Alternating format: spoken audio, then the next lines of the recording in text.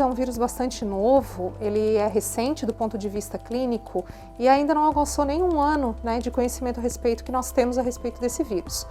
Por conta disso, os tratamentos farmacológicos, tratamentos medicamentosos, eles ainda estão sendo questionados com relação à sua eficácia e segurança. Para ter uma ideia, para colocar um medicamento no mercado, tendo a sua segurança, eficácia e qualidade bem estabelecida, em média levam-se 10 a 15 anos, né, de pesquisa, desde a parte de síntese até que esse medicamento alcance então as farmácias para utilização pela população.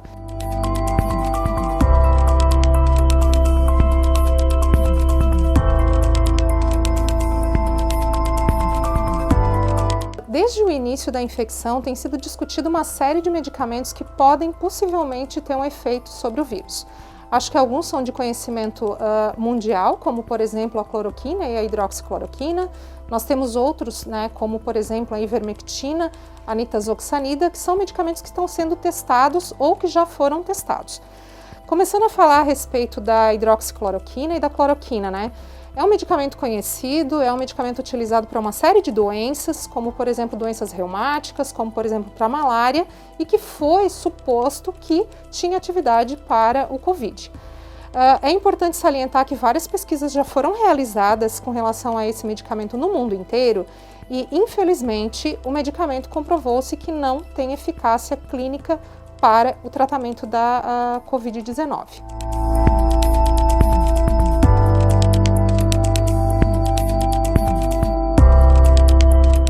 Com relação à ivermectina, que é um medicamento utilizado para parasitoses, ela também vem sendo testada em alguns países, inclusive no Brasil, mas até o momento não temos ainda a segurança e eficácia para a Covid-19. Então, também é um medicamento que está sendo testado, mas ainda não temos segurança na sua eficácia. Nós temos diferentes gravidades e esses pacientes são tratados de maneira diferente. Então, por exemplo, um paciente que tem uma infecção com sintomas leves ou praticamente assintomático. Esse paciente, via de regra, não necessita de medicamentos, não precisa utilizar nenhum tipo de medicamento, ou no máximo um medicamento sintomático para tratamento da febre, da dor muscular que pode aparecer, como por exemplo paracetamol e dipirona, ou o paciente pode utilizar, por exemplo, antihistamínicos no caso de uma coriza que possa ser mais importante. Nesse sentido, o tratamento ele pode ser feito com relativa segurança.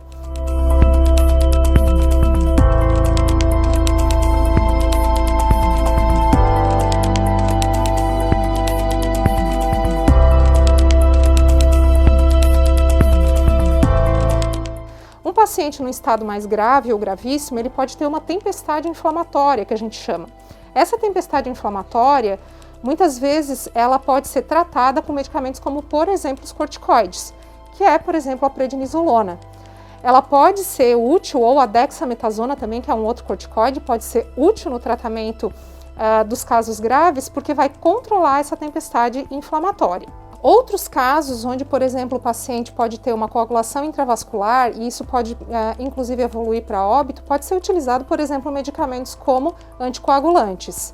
Mas, de novo, tudo vai depender da gravidade do paciente para ele necessitar de medicamentos como, por exemplo, os corticoides, como é o caso da prednisolona e da dexametasona, ou de anticoagulantes, como é o caso da heparina. Mas eu gostaria de deixar bem claro que a dexametasona é um medicamento que é um anti-inflamatório esteroide, ele tem um efeito imunossupressor importante e que no quadro de um paciente com sintomas leves, a dexametasona pode muito mais agravar o quadro do paciente do que melhorar o quadro desse paciente.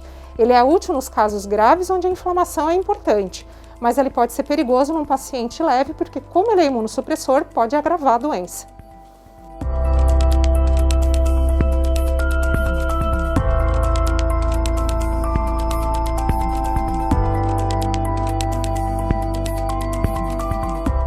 Muito se fala a respeito do uso de vitaminas e suplementos para a melhora do quadro do Covid, mas até o momento o que se sabe é que tanto substâncias como zinco, vitamina D, suplementos, minerais e outros, eles têm uma ação sobre o nosso sistema imunológico importante, mas que já é natural, não é uma ação contra o vírus, mas sim manter a nossa homeostase, o que é o mais adequado. Então, na verdade, o mais adequado é que a gente mantenha uma alimentação saudável, bons hábitos de vida, doenças crônicas controladas, do que utilizar medicamentos ou suplementos de maneira aleatória. No caso de uma suspeita de infecção por Covid, seja por apresentação de sintomas, seja porque entrou em contato com um indivíduo positivado, o mais adequado é que nós procuremos uma unidade básica de saúde de referência para fazer então o processo de triagem e a testagem para garantir se existe ou não a infecção por Covid.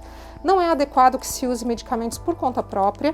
A prescrição dos medicamentos para tratamento do Covid são de exclusividade do profissional médico para garantir a segurança e a eficácia para esse tratamento.